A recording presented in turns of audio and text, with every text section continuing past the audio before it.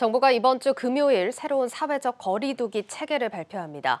일부 완화 가능성도 제기가 됐지만 백신 접종을 의무화하는 방역 패스는 당분간 유지될 걸로 보입니다. 최근 백신 의무 접종을 폐지하는 국가들도 나오고 있기 때문에 코로나19 백신을 개발하는 기업들에게 개발 동력이 사라질 거란 시장의 우려도 나오고 있는데요.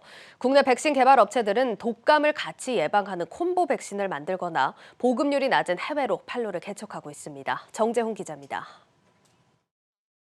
미국 워싱턴 DC는 현지 시간 15일부터 식당과 술집 출입 시 요구하던 백신 접종 의무 지침을 해제했습니다.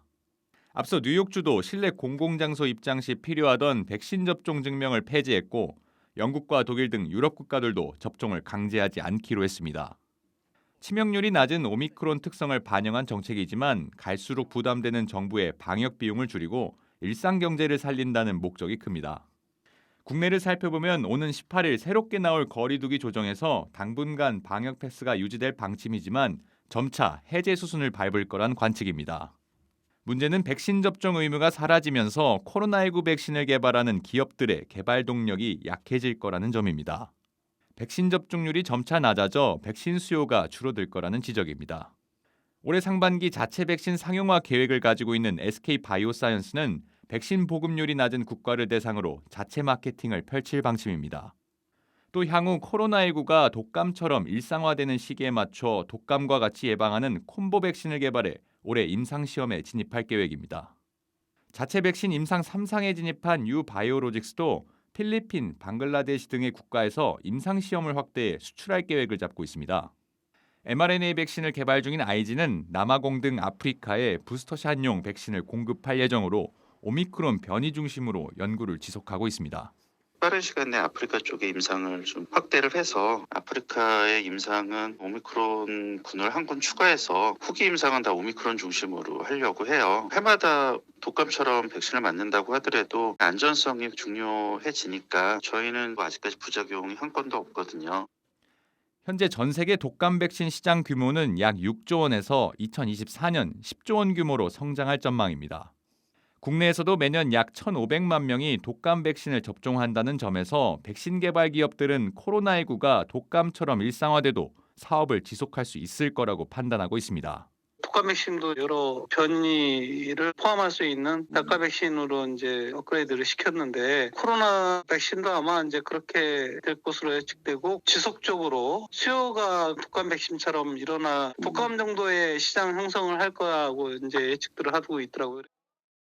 무엇보다 오미크론 이후 어떤 새로운 변이 바이러스가 등장할지 알 수 없어 이에 대응하는 백신도 지속적인 발전이 필요하다고 전문가들은 진단합니다. 한국경제TV 정재홍입니다. 새로운 방역 완화 조치는 기업 실적뿐만 아니라 경제 전반에도 영향을 줄 것으로 보입니다.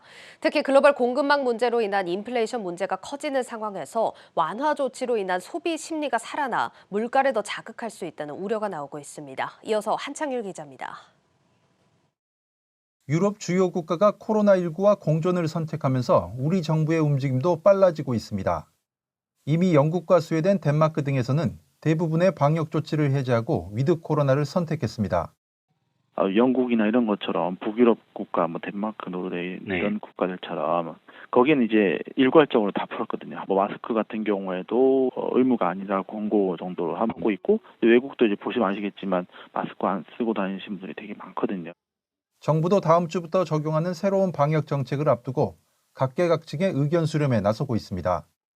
이미 내부적으로 거리두기 기준을 일부 완화한다는 방침을 세우고 막판 여론의 동향을 살피는 분위기입니다. 다만 우려스러운 부분은 위드 코로나 재시행을 앞두고 그동안 억눌렸던 소비 심리가 물가를 더 끌어올릴 수 있다는 문제입니다. 지난해 11월 위드 코로나 시행에 따른 보복 소비로 당시 소비자 물가 상승률은 10년 만에 최대치인 3.8%의 상승을 기록한 바 있습니다. 다음 주부터 방역 조치가 완화되면 공급 문제로 고공행진을 펼치는 물가를 더 끌어올릴 가능성이 큽니다. 수요가 지금은 이제 공급 측도 이제 많이 작용하고 있는데 이게 수요가 많이 살아나게 되면 그 물가 상승 압력이 되겠죠. 이런 우려 때문에 정부도 연일 대책회의를 열고 물가 잡기에 나서고 있지만 대응책은 마땅치 않은 상태입니다. 방역 조치 완화 기대감과 여전히 잠재 리스크 요인이 되고 있는 우크라이나 사태에 따른 외부 변수까지 더해지면서 이번 달 물가 상승률은 또다시 최고치를 경신할 가능성이 커졌습니다. 한국경제TV 한창률입니다.